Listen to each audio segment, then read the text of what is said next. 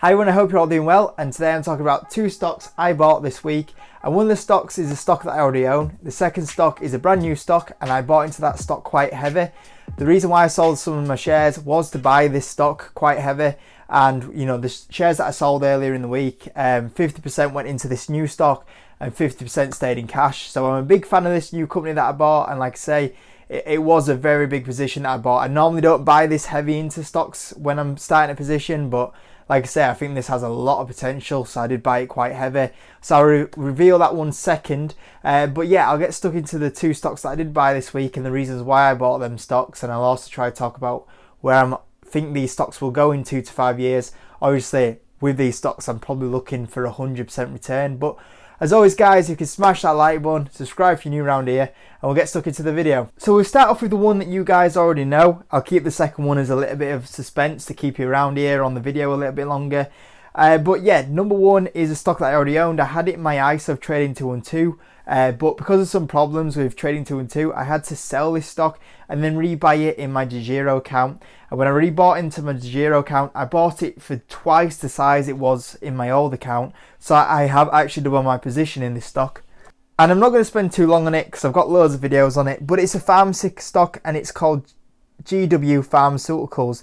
And I'm not a big fan of pharmaceutical companies just because of like the volatility there, because of a lot of drugs that can potentially, you know, drugs that are in the pipeline can get set back because they don't get approval, and you know the stock has so much hyped in because of these drugs getting approval. So that's normally the reason why I don't get into it, but I really like this one.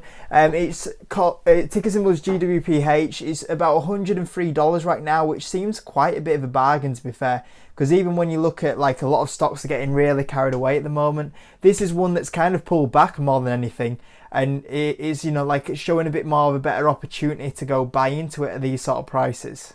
So the 52-week high on this one was actually 151. So like I say, it has pulled back quite a bit. You're getting on a bit of a, you know, 20-30% discount off its highs. And even to early 2019, this stock was actually about $180 stock. So it's kind of like in the last just over a year, the stock price has actually halved. And when you actually look inside to the company, it's actually doing quite well. So my bull theory on this one is that it actually uses cannabis as drugs. And what it does is it helps some conditions where epilepsy is one of the side effects really of these conditions. And it's helped it in the US, and now it has been approved in the EU to help this condition, which is the LGS syndrome and the Dravet syndrome. So it was in the US, and that's why we've seen a lot of growth previously. It's now been allowed in the UK. So obviously that opens it up to a big, massive market. And as well as that, last month, it actually got allowed for another medical condition. So the drug can now treat people that have a condition called TSC, which affects a lot of people, and it's now going to be, this drug is now Epidiolex is going to help this condition in the US. So it's kind of got 2 approvals recently that will help a lot of people that have epilepsy as one of the effects. And like I say, you know, when the starts, you know, producing this drug a lot more, scaling it up, seeing people after COVID that have had this condition and start ramping up the production of these drugs, it's really going to benefit, I think, from my point of view. And you'll see like profit and EPS growing. Like when we look at the profit and EPS front, the stock's done really well. The growth looks fantastic, and we look into the balance sheet as well.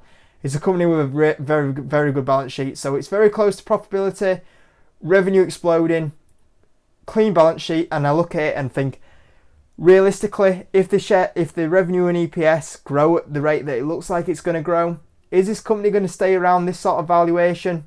Probably not, because it's doing more revenue and earnings than it was a year ago, 2 years ago. So the share price at some point should follow it. And like I say, for me, when I start to get into the $200 range, then I'll probably come out of this one. But I think there's massive upside from here. So number 2 is my new big entry into my portfolio. And this company is called InMode. And it's a company that IPO'd last year. So it's not been on the stock market too long. When it IPO'd, the stock went up to about $50, and when it got to $50, it did start to sell off a little bit, but it was still in the, you know, the $40 range. And then we got the COVID, and it took it quite down. And then since COVID, it has recovered quite a bit, but it's still not at the point it was at in 2019, pre-COVID levels. And when you look into the company, it's a company that has a P that's in the 20s. And when I show you the growth on this company, it'll actually look pretty fantastic. And most of its revenue is kind of based in the US. It's now looking to enter China and other markets. I'll go through the earnings call in a little bit. And what they do is they kind of produce a lot of medical equipment that basically help, like, cosmetics, making people look better. Some of this can be from skin condition to, reshape faces, try and lose fat as well. And they've got a lot of different machines out there. And when you think in this area, there's definitely a place for where people don't want to go for big surgery where they have to be put to sleep, they have to be cut into, there's going to be scars. And it's kind of like this InMode, what they're doing is they're trying to stop all this surgery, stopping all these scars. People don't really want to go through that, big expenses. And a couple of treatments with a lot of InMode's technology is going to help your appearance, and some of the before and after photos are really good. They've got a lot of different technology out there. A lot of them are kind of using a lot of machines where they're able to heat where the fat tissue is and then loosen all that up, reshape it, get rid of it.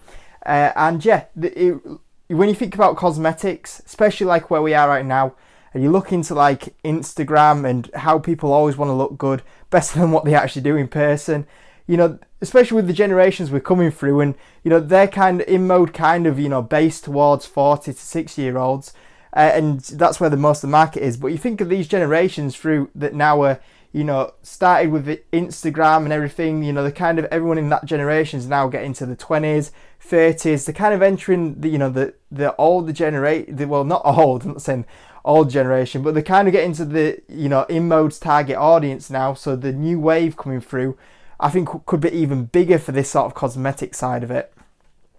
And I won't bore you going through all the other medical things that they do provide, because there's quite a few and they're always looking at more other offerings that they can do.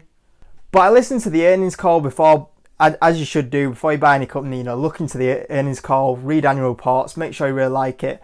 And I was listening to the earnings call on this company, and I was a really big fan of the earnings call. It did sound really good. What happened in the earnings call is the CEO actually went on to say that a lot of companies were downscaling, cutting costs, and they actually ramped up a lot of the cost, kept everyone on board, and then when COVID ends, it could see an explosion in sales. And it's, from what they were saying, it seems like that has happened. They said June sales were pretty good. They said they're not changing guidance, and basically they expect 2020 results to be in line with 2019 results, which is fantastic. They said they're on about how they're scaling up, ready for Canada, looking at markets like China, India, France, Spain, United Kingdom. So, a lot of the revenue for this company has always been based in the US, and it'll continue to ramp that up, but it's also looking international as well, where it'll see a lot of growth out there as well. So like I said, on this company, the earnings actually were really good. It was supposed to actually make a bit of a loss, and it actually made a bit of profit.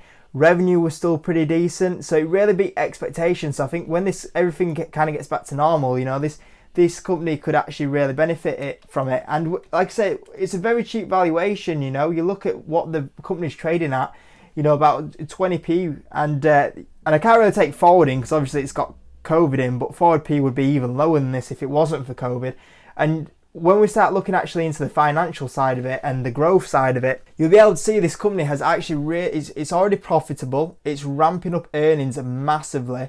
It's nearly doubling its profit. You look at the revenue side of it, the revenue's growing at about a 20% rate every year, which is fantastic. It's going to have a little bit of a quiet period because of COVID, but after COVID, what we're going to see is, once again, revenue is going to be growing at about 20%, earnings are going to be growing at about 20%, and you look at this company at this cheap valuation, you look at what the growth's been before, the growth ahead of the company, and I think if it carries on doing this, the share price is going to go absolutely huge. You look at the company right now, and any other company in this kind of area, like this sort of growth, you would expect to pay something like a 40p ratio for, and you look at the growth of the revenue and EPS, and you think, well, if they're going to do this over the next 2 to 5 years, then the share price is going to probably double again. So I'm looking at this company now, and I'm thinking this company has the potential at the moment to be 100% upside, and then you calculate what the revenue and earnings could be on this one,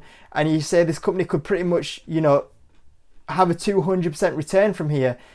Buying at these sort of prices, it seems like around about the $30 kind of range, that if we buy this company right now, it has the potential to be probably a $90 stock in 5 years time.